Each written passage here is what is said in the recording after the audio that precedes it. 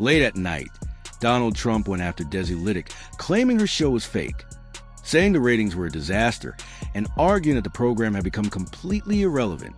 It was a direct attack, and almost immediately, people started wondering how Litic would respond. Any journalist is landing an interview with the president. I've studied every interview, and it comes down to a few basic rules. Get the out of my shot!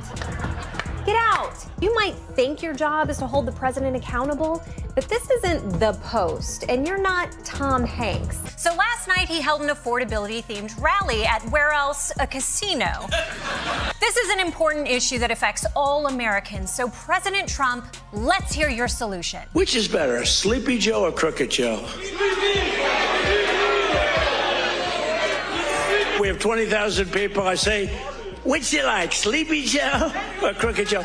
Typically, Crooked Joe wins.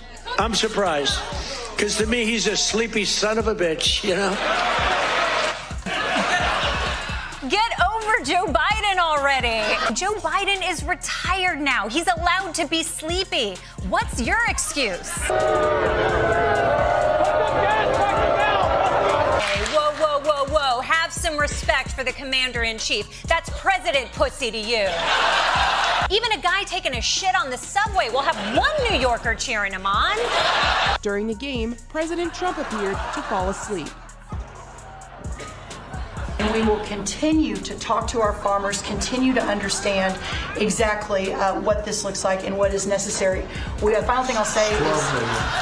How are you falling asleep live on TV in your own cabinet meetings? But okay, so we got the Biden stuff out of the way. Then it was time to finally talk affordability. Let me tell you, black people love Trump. I got the biggest vote. I got the biggest vote with black people. They know a scam better than anybody. They know what it is to be scammed.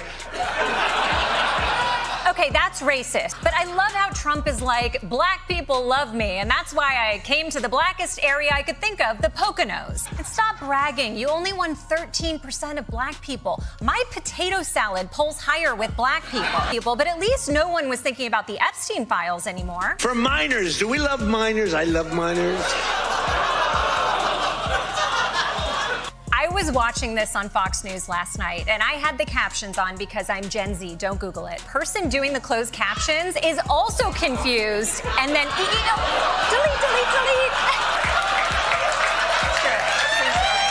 Whoopsie.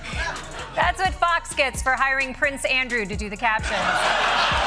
President Donald Trump has gone on a full rampage recently, berating and insulting female reporters. You are an obnoxious, a terrible reporter. It's not the question that I mind, it's your attitude. The way you ask a question with the anger and the meanness is terrible. Argentina's fighting for its life, young lady. You don't know anything about it. Are you stupid? Are you a stupid person? You know nothing about nothing.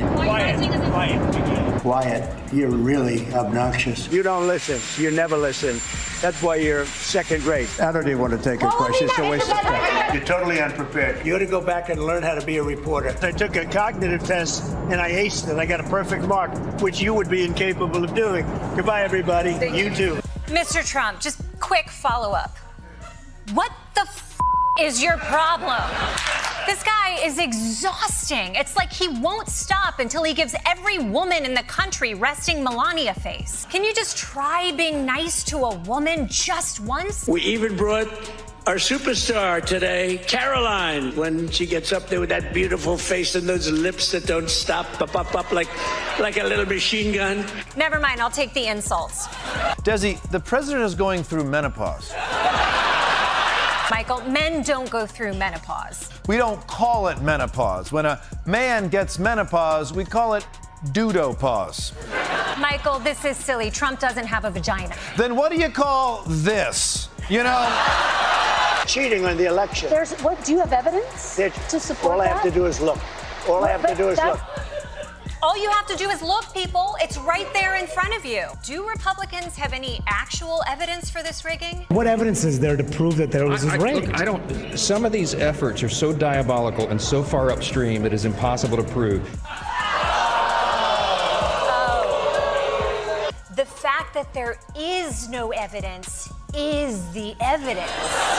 We Donald Trump has a long list of enemies: Iran, Democrats, the far-left radicals known as the Catholic Church. You know, the windmills. Boom, boom, boom. Windmills.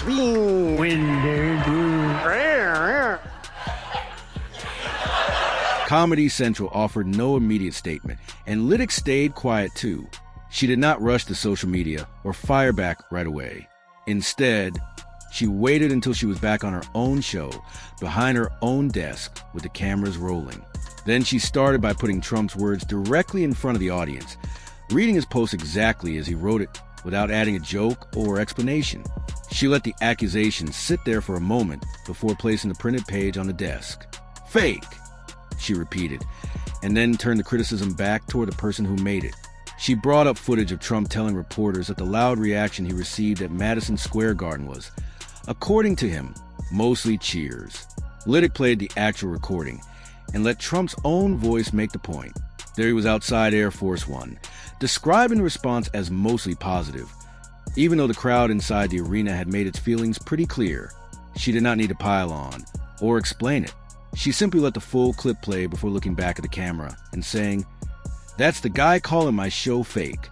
But she had another example ready. She went back 3 weeks to a moment when Trump was speaking from a podium while defending an election bill and appeared to lose his way in the middle of his own sentence, all while major networks were carrying the remarks live. He asked, "Could I have your photo, please?" as he searched for a word that simply did not exist in the English language. Litic replayed the moment, this time slowing it down and resisting the temptation to cover it with jokes. Instead, the audience heard Trump himself struggling through the statement, and that ended up carrying more weight than any punchline could. Trump had chosen to attack her from a platform where he could control the conversation and avoid an immediate response, while Litic answered from a platform where she could simply let his own recording speak for her. Then came the quick reminder for viewers. If you had not subscribed yet, hit the button, and if you were already subscribed, she made it clear that you were part of the reason the channel kept digging up moments like these. After that, the focus went straight back to the evidence.